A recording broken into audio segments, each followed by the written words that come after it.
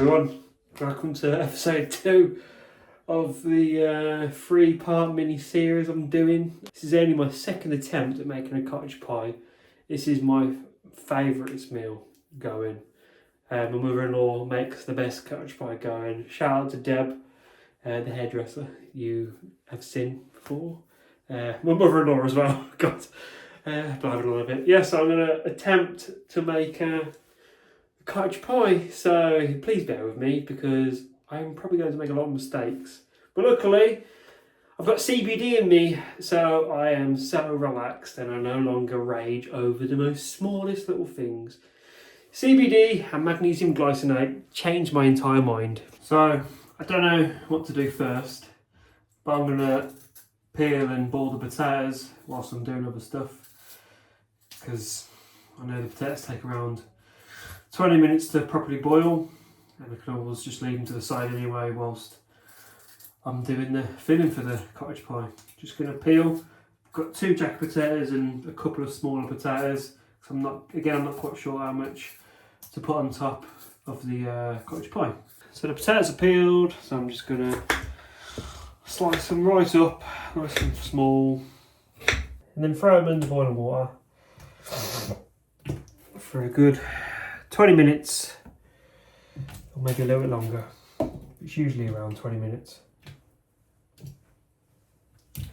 Next up, I've got a white onion.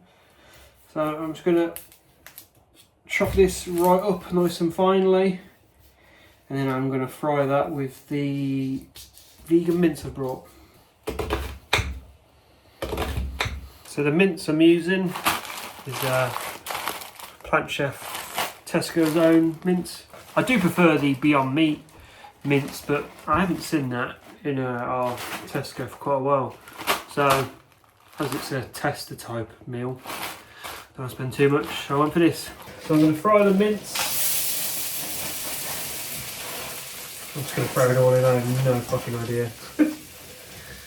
That looks loads more than what's actually in the bag. So I'm going to fry the mince and the onions for 9 minutes together, because that's what it says to fry on the packet. So I'm going to assume the onions can be the same. It's all going to go into one big dish anyway and get hotter and stuff. So yeah, this is really the first meal I've ever made without looking at the internet of what to do. And it might be a good thing, or most likely it's going to be a bad thing. Let's see how we go. And yes, I'm using a wok because, you know, to me it's just a giant frying pan. But I'm so sure there's some people out there who'll go, oh, you shouldn't be using a wok, it should only be used for these things. But at the end of the day, everything's made up by humans, so yeah, do what I want. Just doing some gravy. I'm using Tesco's onion gravy. I don't know why I didn't bring the beef gravy, because most of their gravies are vegan. And I've put a meat-free beef oxo cube in as well. And once the mince and onion are finished frying, I'm going to throw the gravy in to get a bit more taste and juiciness. And I'm going to throw some baby carrots and some garden peas in too, and it should bring it all together then. The mince is all fried, so now I'm going to throw the gravy in. So about 3/4 of a pint of gravy. Maybe too much, I have no idea. Yeah, it might be a bit too much. Maybe do half a pint. This is for 2 people as well I'm cooking for, but I reckon it's going to do 4 people, because that's one thing I need to learn. How to bloody cook for 2 people. I was saying this to Lauren earlier, because Lauren does her jiu-jitsu and stuff, and she doesn't want to go up a weight class. And I was like, I need to learn then to cook for 2 people, because I've really got a problem. There you go. I think that's just way too much veg. I have no idea. But yeah, yeah, this is way too much. Gods. So I'm just going to boil this for a few minutes. Let it properly mix up, and then I'm going to do the mash in a second, and then That'll be really ready to go in the oven then. I really should have listened to Deb though. I really should have just done half a pack of mince. When I put it in my cooking dish originally, just in the packet, it didn't look like it was going to be enough. So I thought, nah, she's probably wrong, but no, she's not, is she? She's a mother, and mothers always know right. And I'm just going to drain the potatoes. Again, I may have made too much potato. I don't know. Before I do the mash, this is what it's looking like in the wok. Again, I think that is way too much for 2 people, so I might be taking some home. And yes, I'm using a spatula to stir. So for the mash, same as the mashed potatoes I made the other day for the roast dinner. Bit of butter or margarine, as you may call it. Bit of soy milk. You can just judge it by eye. And just go from there really. It's always best to not add too much because you get it too wet otherwise. When I used to be a baker, that was always the key, like when you used to like do tiny little mixes, because you'd only have like 1 or 2 customers a day who would buy certain products like Spartan Rise and stuff, or sourdoughs.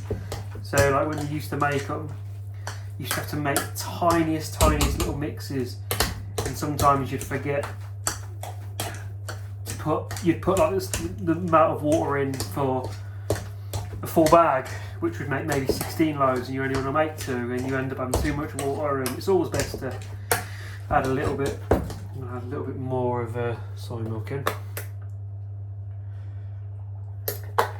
Should be ready.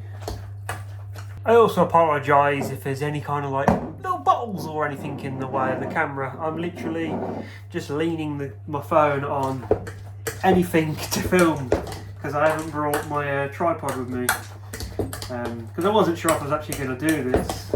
It has taken a bit of effort because as well as concentrating on the food, you're concentrating on talking and making sure it looks alright, and I hope you're enjoying this because I'm enjoying actually doing it. I'm looking forward to making the fettuccine alfredo, or whichever way around you pronounce it. So if you are wondering what this camera angle is, I'm literally using a kitchen roll to balance on. So this is my size dish for 2 people. It's that long to my arm. It's centimetres something, I don't know. I always find as well it's best to put your dish on a tray, because there's nothing worse trying to pull the dish out with oven gloves and it's slipping. So it's always best to use a tray. And it helps if it overspills a bit. So now I'm going to pour the insides of the cottage pie. Pour it into the dish, that's the one. I'm going to say it was a quarter too much. So maybe if you're cooking for 2, just put 3/4 of the packet in, of the mince that is. So that's it in the dish. So I like to leave about, I don't know, is that an inch away from the top? That's going to be the mash on top of there. Again, this kind of stuff happens when I'm at work, like, so I'm a groundsman. And if I ever need anything cutting, they all work in mill. So I'll be like, oh, it's 31 centimetres I need cutting. Oh, what's, so you want about 310 mil then? I'm like, yeah. I don't know what you've said to me, I'm just saying, yeah. And then if I end up getting to it wrong, I just kind of like make do, because I don't know, I don't want to, I've already asked them for a favour, I don't want to piss them off. I'm throwing the mash on top now. Obviously the mash is the money maker, because let's face it, potato is bloody brilliant. Maybe I just needed the 2 jacket potatoes for 2 people. I didn't need the 2 extra small ones. But the 3 extra small potatoes I used. The pit, I fell in the pit. You fell in the pit. We all fell in the pit. And then just spread it across, even it out. I'm actually really looking forward to having this. It's nice that I've actually decided to attempt to make it as well, because I've been craving to make these on my own, because otherwise I have to just wait for Deb to make them, and we only go over once a week and she doesn't always want to make it, which is really annoying because it's my favourite. And then to top it off, get a bit of cheese. So I'm using the Cathedral City's extra mature vegan cheese. Lauren doesn't really like the Cathedral City cheese. She prefers the veal life, but I think the veal life's really boring in like quite old vegan school. This is my favourite grated cheese anyway. So yeah, just spread it across the top. Maybe I've made the mash a bit too high. And there we go. Ready to go in the oven. There we have it. It looks a bit bland, but you know the insides are very tasteful, flavoursome. Words. Here we go. It's very heavy. Be careful. Yeah. I saw it wobble then. Well, it's only one of them, isn't it? Well, yeah. So it's on 180 for about half an hour. And then it'll be ready to eat. And I also say do a bit of extra gravy to put over the top. Yes. Because gravy is also king. Yes, it is. The cottage pie is about to come out the oven. So I'm just going to do half a pint of gravy to just put over the top. Does anyone have this problem as well? If you follow the measurements shown on the gravy tubs, never quite right. Like you're supposed to have is water your gravy just normal? Because I always have to put 6 teaspoons in for half a pint of water because I like it a bit thicker. So otherwise it's really runny. And that will be half an hour up. Yeah, it's over spilled. So straight away the tray has come in handy. So yeah, definitely use a tray because I've obviously overfilled it. And you might overfill it yourself and you don't want that getting all down your oven. So now I'm just gonna put it in the bowls. Oh yes, oh yes. With any luck, I might beat Deb's cottage pie. The only thing I might let it down is me not using my favourite mince. Again, the presentation might not be the best, but who cares as long as it tastes nice. Then it don't really matter, does it? There we have it. Vegan cottage pie. Thank you so much for watching episode 2 of 3 for our little chalet cooking game. I don't know. So tomorrow I'm going to be making the Alfredo fettuccine. Never made that ever. So I've made this once, the cottage pie, but I've never made this ever. So yeah, that'll be interesting. Looking forward to that. But right now, it's a bit chilly. It's nice and dark. It's raining. We're going to watch a bit of Parks and Rec and have the cottage pie. Thanks so much for watching. Like and subscribe if you don't mind. But again, if you stuck around this long, thank you, thank you, thank you. Is the mince alright? Yeah. What wouldn't it be? Oh, yes! Yummy, yummy, yummy. Again, thank you so much for watching. I'll catch you tomorrow.